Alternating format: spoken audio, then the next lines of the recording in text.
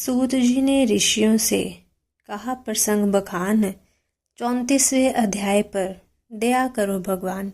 हरे कृष्णा, राधे राधे। आप सभी का बहुत बहुत धन्यवाद मेरे चैनल पर आने के लिए। आज की वीडियो में मैं कार्तिक मास की कथा का 34वां अध्याय लेकर आई हूँ। अगर आप मेरे चैनल पर नए हैं तो मेरे चैनल को सब्सक्राइब कर लीजिए और साथ ही बेल आइकन को भी प्रेस कर दीजिए ताकि हर वीडियो की नोटिफिकेशन आपको मिलती रहे। और अगर आपको वीडियो अच्छी लगे तो कृपया इसे लाइक कीजिएगा, शेयर कीजिएगा और कमेंट भी ज़रूर कीजिएगा। ऋषियों ने पूछा कि हे सूत जी, पीपल के वृक्ष की शनिवार के अलावा सप्ताह के शेष दिनों में पूजा क्यों नहीं की जाती। सूत जी बोले कि हे ऋषियों, समुद्र मंथन करने से देवताओं को जो रत्न प्राप्त हुए उनमें से देवताओं ने लक्ष्मी और कौस्तुभ मणि भगवान विष्णु को समर्पित कर दी थी। जब भगवान विष्णु लक्ष्मी जी से विवाह करने के लिए तैयार हुए तो लक्ष्मी जी बोली कि हे प्रभु, जब तक मेरी बड़ी बहन का विवाह नहीं हो जाता तब तक मैं छोटी बहन आपसे किस प्रकार विवाह कर सकती हूँ। इसलिए आप पहले मेरी बड़ी बहन का विवाह करा दें, उसके बाद आप मुझसे विवाह कीजिए। यही नियम है जो प्राचीन काल से चला आ रहा है। सूत जी ने कहा कि लक्ष्मी जी के मुख से ऐसे वचन सुनकर भगवान विष्णु ने लक्ष्मी जी की बड़ी बहन का विवाह उद्दालक ऋषि के साथ संपन्न करा दिया। लक्ष्मी जी की बड़ी बहन और लक्ष्मी जी बड़ी कुरूप थी। उसका मुख बड़ा, दांत चमकते हुए, उसकी देह वृद्धा की भांति, नेत्र बड़े बड़े और बाल रूखे थे।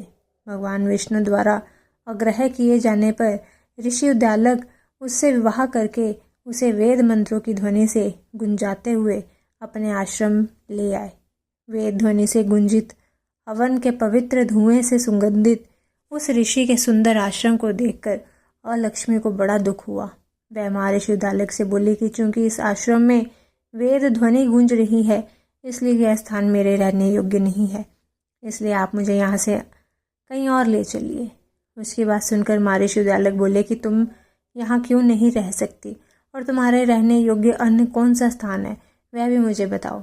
लक्ष्मी बोली कि जिस स्थान पर वेद की ध्वनि होती हो, अतिथियों का आदर सत्कार किया जाता हो, यज्ञ आदि होते हों, ऐसे स्थान पर मैं नहीं रह सकती।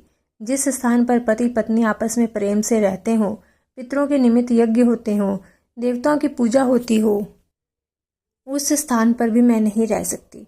जिस स्थान पर वेदों की ध्वनि न हो, अतिथियों का आदर सत्कार न होता हो, यज्ञ न होते हो, पति पत्नी आपस में क्लेश करते हों, पूज्य वृद्धों, सत्पुरुषों तथा मित्रों का अनादर होता हो, जहाँ दुराचारी, चोर, पर स्त्रीगामी मनुष्य निवास करते हो, जिस स्थान पर गायों की हत्या की जाती हो, मद्यपान, ब्रह्म हत्या आदि पाप होते हों, ऐसे स्थानों पर मैं प्रसन्नतापूर्वक निवास करती हूँ। सूत जी बोले। अलक्ष्मी के मुख से इस प्रकार के वचन सुनकर उद्दालक ऋषि का मन खिन्न हो गया। वह इस बात को सुनकर मौन हो गए। थोड़ी देर बाद बोले कि ठीक है, मैं तुम्हारे लिए ऐसा स्थान ढूंढ दूंगा। जब तक मैं तुम्हारे लिए ऐसा स्थान ढूंढ ना लूँ तब तक तुम इसी पीपल के नीचे चुपचाप बैठी रहना।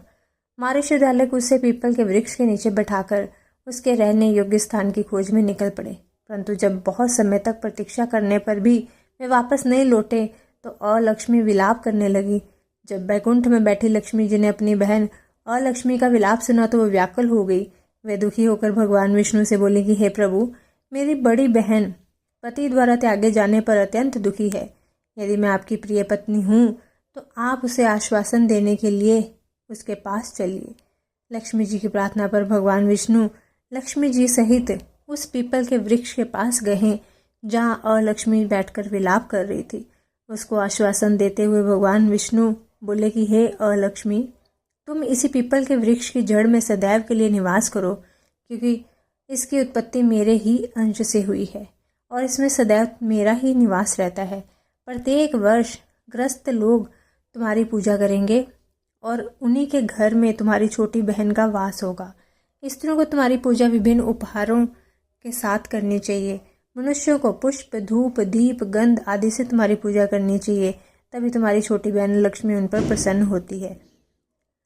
सूत जी बोले कि ऋषियों, मैंने आपको भगवान श्री कृष्ण, सत्यभामा और पृथु नारद का संवाद सुना दिया है, जिसे सुनने से ही मनुष्य के समस्त पापों का नाश हो जाता है और अंत में बैकुंठ को प्राप्त होता है। यदि अब भी आप लोग कुछ पूछना चाहते हैं तो अवश्य पूछिए, मैं उसे अवश्य कहूँगा। सूत जी के वचन सुनकर शौनक आदि ऋषि थोड़ी देर तक प्रसन्नचित्त वहीं बैठे रहे। तत्पश्चात वे लोग बद्री नारायण जी के दर्शन हेतु चले गए। जो मनुष्य इस कथा को सुनता या सुनाता है उसे इस संसार के समस्त सुख प्राप्त होते हैं। बोलिए श्री कृष्ण भगवान की जय। कार्तिक मास की जय। वीडियो अच्छी लगे तो कृपया लाइक शेयर कमेंट कीजिएगा। मिलती हूँ अपनी अगली वीडियो के साथ। तब तक के लिए सभी को हरे कृष्णा, राधे राधे।